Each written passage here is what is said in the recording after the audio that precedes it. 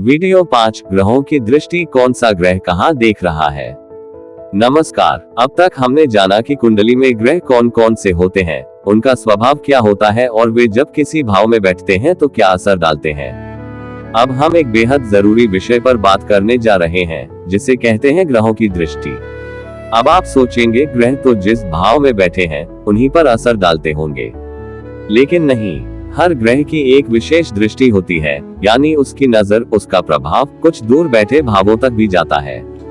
इसका मतलब ये हुआ कि कोई ग्रह अगर 5वें भाव में बैठा है तो वह केवल 5वें भाव पर ही असर नहीं डाल रहा, बल्कि वह उन भावों पर भी असर डाल रहा है जो उसकी दृष्टि में आ रहे हैं। ठीक वैसे जैसे कोई व्यक्ति एक जगह बैठकर चारों तरफ देख सकता है और जहां वह देखेगा वहां कुछ असर पड़ेगा।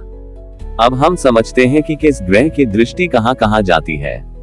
सबसे पहले समझिए, हर ग्रह की एक सामान्य दृष्टि होती है और कुछ ग्रहों की विशेष दृष्टियां भी होती हैं।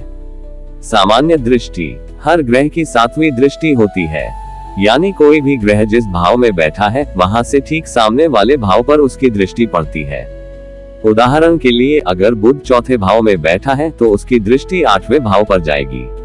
अगर शुक्र 10वें भाव में बैठा है तो वह चौथे भाव को देखेगा। अब आते हैं विशेष दृष्टियों पर, जो केवल कुछ खास ग्रहों की होती है। मंगल की दृष्टियां होती हैं चौथी, 7वीं और 8वीं। यानी अगर मंगल किसी भाव में बैठा हो तो वहां से चौथा, 7वां और 8वां भाव उसकी दृष्टि में आएगा। उदाहरण, मंगल अगर पहले भाव में है तो वह चौथे, 7वें और 8वें भाव को देखेगा। गुरु की दृष्टियां होती हैं 5वीं, 7वीं और 9वीं। यानी गुरु जहां बैठे हैं वहां से 5वें, 7वें और 9वें भाव पर दृष्टि डालते हैं। उदाहरण, अगर गुरु तीसरे भाव में है तो वह 7वें, 9वें और 11वें भाव को देखेगा। शनि की दृष्टियां सबसे अलग हैं, ये तीसरी, 7वीं और 10वीं होती हैं। यानी शनि जहां बैठा हो वहां से तीसरे, 7वें और 10वें भाव को देखेगा। उदाहरण, अगर शनि 5वें भाव में है तो वह 8वें, 11वें और 14वें भाव पर दृष्टि डालेगा। लेकिन ध्यान रहे, कुंडली में केवल 12 भाव होते हैं, इसलिए गिनती करते समय 12 के बाद फिर से 1 से शुरू करना होता है। अब एक बहुत जरूरी बात, ग्रह की दृष्टि का मतलब केवल देखना नहीं है, वो भाव पर प्रभाव डालना है। कभी कभी ग्रह बैठा किसी एक जगह है, लेकिन उसका असली असर उसके दृष्टि वाले भावों पर ज्यादा होता है।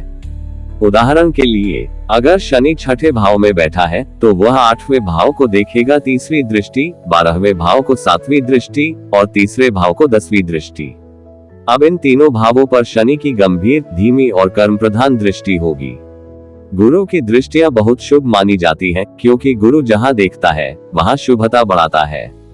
मंगल और शनि की दृष्टियां कभी कभी क्रूर मानी जाती हैं, यानी जहां ये देखेंगे वहां दबाव या संघर्ष ला सकते हैं। अब अभ्यास करें, अपनी या किसी परिचित की कुंडली उठाए और देखिए कि कौन सा ग्रह कहां बैठा है। फिर गिनिए उसकी दृष्टियां किस किस भाव पर जा रही हैं। अब सोचिए, क्या उस भाव से जुड़ी कोई घटना या गुण उस व्यक्ति के जीवन में दिखते हैं। इस अभ्यास से आप धीरे धीरे ग्रहों की दृष्टियों को समझना शुरू कर देंगे।